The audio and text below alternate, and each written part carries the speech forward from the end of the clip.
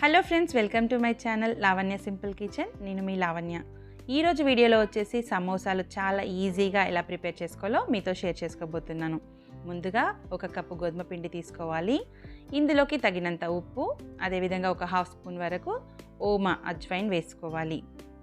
ఇలా వేసుకున్న తర్వాత ఒకసారి కలుపుకోవాలి. ఇక్కడ నేను గోధుమ పిండి తీసుకున్నాను, మీరు కావాలంటే మైదా పిండితో కూడా చేసుకోవచ్చు. ఇందులోకి మనం వేడి చేసిన ఆయిల్ని 1 టేబుల్ స్పూన్ యాడ్ చేసుకోవాలి. ఈ ఆయిల్ వేసుకోవడం వల్ల మనకు సమోసాలు అనేవి చాలా క్రిస్పీగా క్రంచీగా వస్తాయి. అంతేకాకుండా మనము డీప్ ఫ్రై చేసుకునేటప్పుడు ఆయిల్ అనేది తక్కువగా పీల్చుకుంటుంది. ఈ విధంగా కలుపుకున్న తర్వాత ఇందులోకి మనం 2 స్పూన్ల బొంబాయి రవ్వ యాడ్ చేసుకోవాలి. మనం మైదా పిండితో చేసినట్లయితే ఆటోమేటిక్గా చాలా క్రిస్పీగా ఉంటాయి, కానీ గోధుమ పిండితో చేస్తే సాఫ్ట్గా ఉంటాయి. కాబట్టి మనం ఈ విధంగా రవ్వ యాడ్ చేసుకున్నాం అనుకోండి, చాలా బాగుంటుంది. ఇప్పుడు ఇందులోకి కొన్ని వాటర్ యాడ్ చేసుకుంటూ మనం పిండిని మరీ మెత్తగా కాకుండా కాసింత గట్టిగా కలుపుకోవాలి. ఈ విధంగా కలుపుకొని ఒక 10 నిమిషాల పాటు దీన్ని పక్కన ఉంచుకోవాలి. ఈలోపు మనం స్టఫింగ్ తయారు చేసుకుందాం.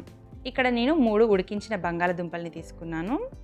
ఈ పొటాటోస్ని మనం మ్యాష్ చేసుకోవాలి. ఈ విధంగా మ్యాష్ చేసుకున్న తర్వాత ఇందులోకి మనం ఒక మీడియం సైజ్ ఉల్లిపాయలు చిన్న ముక్కలుగా కట్ చేసుకొని వేసుకోవాలి.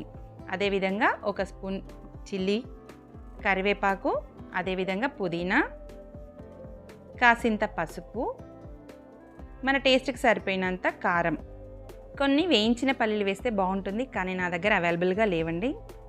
అంతేకాకుండా చాట్ మసాలా వేసుకోవాలి. చాట్ మసాలా మాత్రం తప్పకుండా వేసుకోవాలండి, స్కిప్ చేయొద్దు. ఇందులోకి 1 స్పూన్ జీలకర్ర వేసుకోవాలి. టేస్ట్కి సరిపడినంత ఉప్పు వేసుకోవాలి. ఇప్పుడు ఈ మిశ్రమాన్ని చక్కగా కలుపుకోవాలి. ఈ స్టఫింగ్ని ప్యాన్లో ఆయిల్ వేసి కాస్త ఫ్రై చేసుకోవచ్చు, కానీ ఇక్కడ నేను ఎలాంటి ఫ్రై చేయట్లేదండి.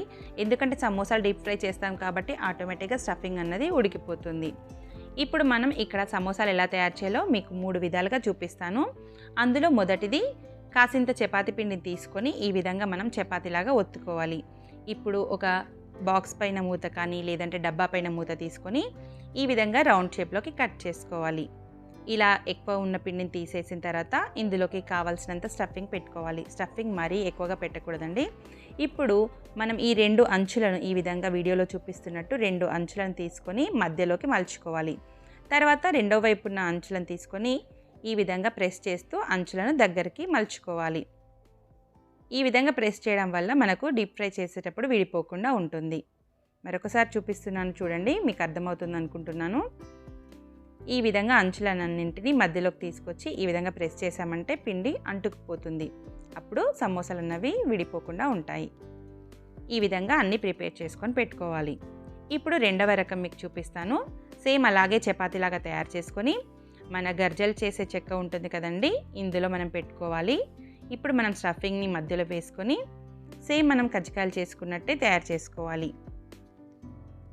కాస్త వాటర్ తడుపుకున్నామంటే మనకు ఇది స్టఫింగ్ అన్నది బయటికి రాకుండా ఉంటుంది, చక్కగా అతుక్కుపోతుంది. ఈ విధంగా గట్టిగా ప్రెస్ చేసి ఎక్కువ ఉన్న పిండిని తీసేయాలి.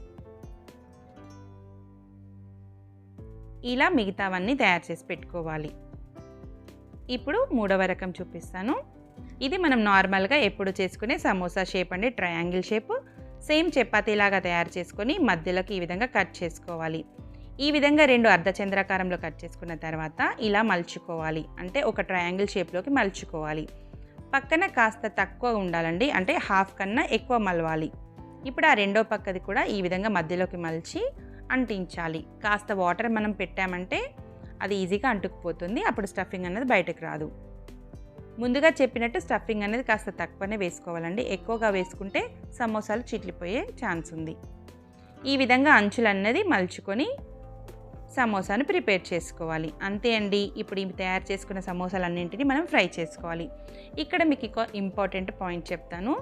ఆయిల్ అన్నది మరీ ఎక్కువ మంట మీద వేడి చేసుకోకూడదండి, మీడియం ఫ్లేమ్ పైన వేడి చేసుకోవాలి.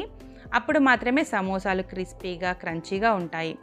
మనం హై ఫ్లేమ్లో ఆయిల్ వేడి చేసుకున్నట్టయితే సమోసాలు పైన కాలుతాయి, లోపల మెత్తగా ఉంటాయి. ఈ విధంగా 2 వైపులా బ్రౌన్ కలర్ వచ్చే వరకు వేయించుకోవాలి. ఈ సమోసాలు చాలా ఈజీగా ప్రిపేర్ చేసుకోవచ్చు. ఆలు ఉడికించి పెట్టుకొని పిండి కలిపి పెట్టుకున్నామంటే పిల్లలు స్కూల్ నుండి రాగానే 5 నిమిషాల్లో తయారు చేసి ఇవ్వచ్చు. వేడివేడిగా తింటారు. ఈ రెసిపీ మీకు నచ్చింది అనుకుంటున్నాను ఫ్రెండ్స్. నా ఈ వీడియో కనుక మీకు నచ్చినట్లయితే లైక్ చేయండి, షేర్ చేయండి. ప్లీజ్ నా ఛానల్ని సబ్స్క్రైబ్ చేయండి. ఈ సమోసాలు కూడా ఆయిల్ అన్నది ఏం పీల్చుకోవండి. ఒకసారి చూడండి, నేను చూపిస్తున్నాను. ఒక డ్రాప్ కూడా ఆయిల్ పీల్చుకోలేదు. అంతేకాకుండా చాలా గుల్లగా, చాలా క్రంచీగా వచ్చాయి. టేస్ట్ కూడా చాలా బాగున్నాయి ఫ్రెండ్స్. మీరు ఒకసారి ట్రై చేసి ఎలా వచ్చిందో నాకు కమెంట్స్లో తెలియచేయండి. Thanks for watching.